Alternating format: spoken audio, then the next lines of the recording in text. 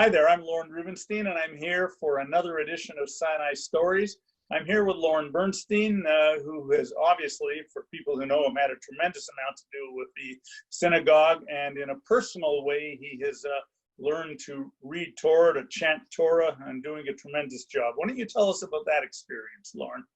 I'd be delighted to. I just hope we don't get our listening audience confused with the two Lornes. In order for me to talk about my Torah chanting and my experiences, I think I need to provide a little context. I didn't have the opportunity to chant Torah growing up other than at my bar mitzvah. That was just the environment and synagogue in which I was raised, and that was 1962. In 1986, I believe it was, my dad of blessed memory sat down with Barb and myself.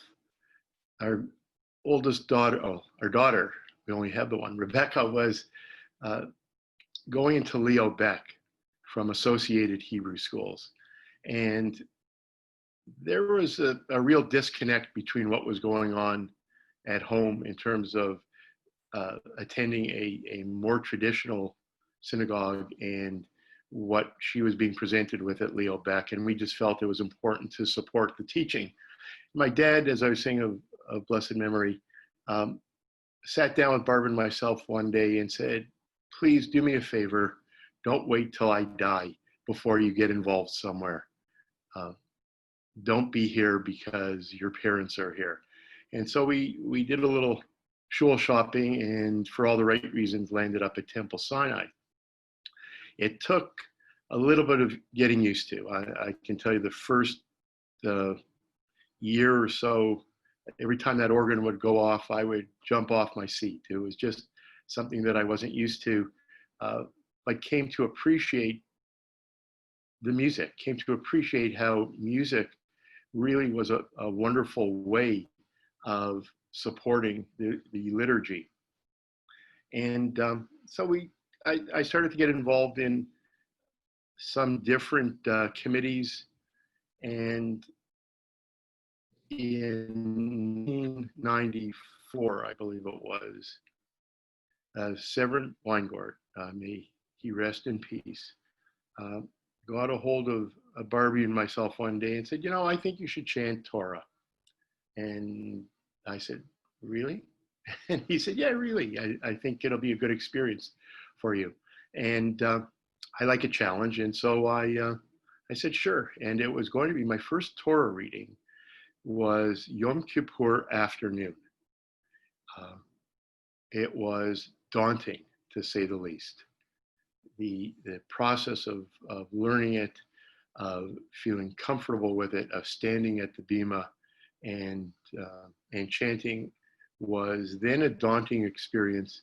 And I will tell you honestly, continues to be a daunting experience. I have said to others, I have a kind of a love-hate relationship with the chanting of Torah.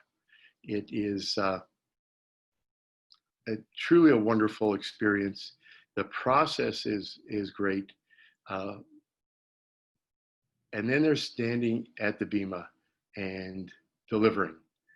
And there have been occasions where it's just gone swimmingly, and there are occasions where I have opened up the Torah to chant and wondered who the day before changed the words. This is not what I studied. This is not what I learned.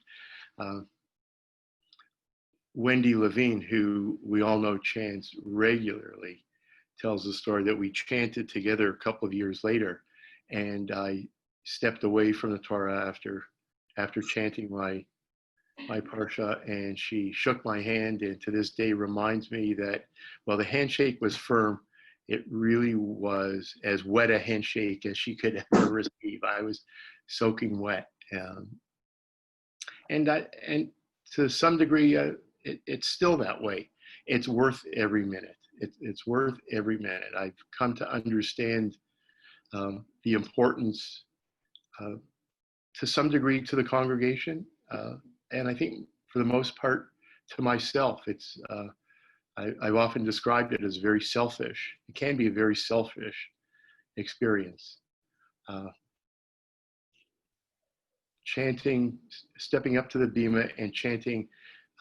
There are lots of occasions where I have not even considered that there might be a congregation out there in front of me, that I am there with the Torah and sometimes interpreting them, not always correctly, but sometimes interpreting them as the yud moves across the words. I've learned over the years the importance of studying the English first. It's become an integral part of any Torah reading that I do, so that I have a basic understanding of what the Hebrew is that I'm about to learn. I have gained over the years as well a much better understanding of the cantillation marks, and have truly come to appreciate how they are a way of interpreting the words that we're listening to. I was perhaps somewhat cynical at the beginning, wondering, who made this up? Why does it sound this way instead of that way? And I think the more experience I get at, the more I truly, as I said, have come to understand and appreciate that the cantillation is an interpretation of the Torah. It's an interpretation of Torah, at least in my view, the same way as the Zohar may be an interpretation of the Torah, or the writings of Maimonides or of Rashi. It's just it's a musical way of interpreting Torah. And to a large degree, having accepted that and to also embracing it, it actually makes the learning of the Torah reading, somewhat easier, because you combine your understanding of the English with the understanding of the impact of the cantillation in terms of interpreting the words, and you put them together, and you get a package. You get Lorne, it's often said of writing, people are asked, "Do you enjoy writing?" And people often say, "Well, I enjoy having written." And it sounds like, you might have at the beginning anyway said the same about chanting Torah. You enjoy chanting Torah. I enjoy having chanted Torah. But now you're into the process as well, so it's two-pronged. You enjoy the chanting. And I imagine one final question. When you finish chanting, what is the feeling like for you? It runs the gamut, but there's always a certain sense of exhilaration. There's a certain sense of accomplishment, that you have finished at least that particular process, and that you have delivered on what you have set out to do. And hopefully you have, to some degree, impacted the congregation, not because of perfection.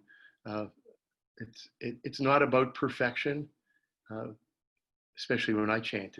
It's often not about perfection, but it's about engaging the congregation so that they can hear what's going on, and hopefully are looking at the Chumash at the same time to understand the words that are being chanted. So there's always a sense of feeling really good about it. As I said at the beginning, it can be a very selfish process, this very selfish activity.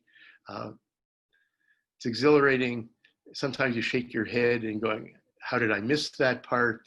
You're always, you beat yourself up a little bit because, as I said, it wasn't perfect. And then you're surrounded by, most instances, others who have either chanted just before you or coming right after you. And it's a wonderful community. Those that chant understand the challenges, the feelings that arise as a result of it. And so it's usually mixed feelings. And well, it's obviously a deeply meaningful experience, Lorne, and I know that congregants will appreciate hearing from you. Thank you very much for joining us on Sinai Stories. Much appreciated. It's been my pleasure. I encourage anybody who's ever thought of it, take the plunge. Take the plunge. It's well worth it. There are lots of opportunities at Temple Sinai now to learn trope, to learn how to chant, and it's worth it. It's totally worth it. Lorne, thank you for taking the time with me this morning. You bet. Nice to chat with you. Take care, Lorne. Bye-bye.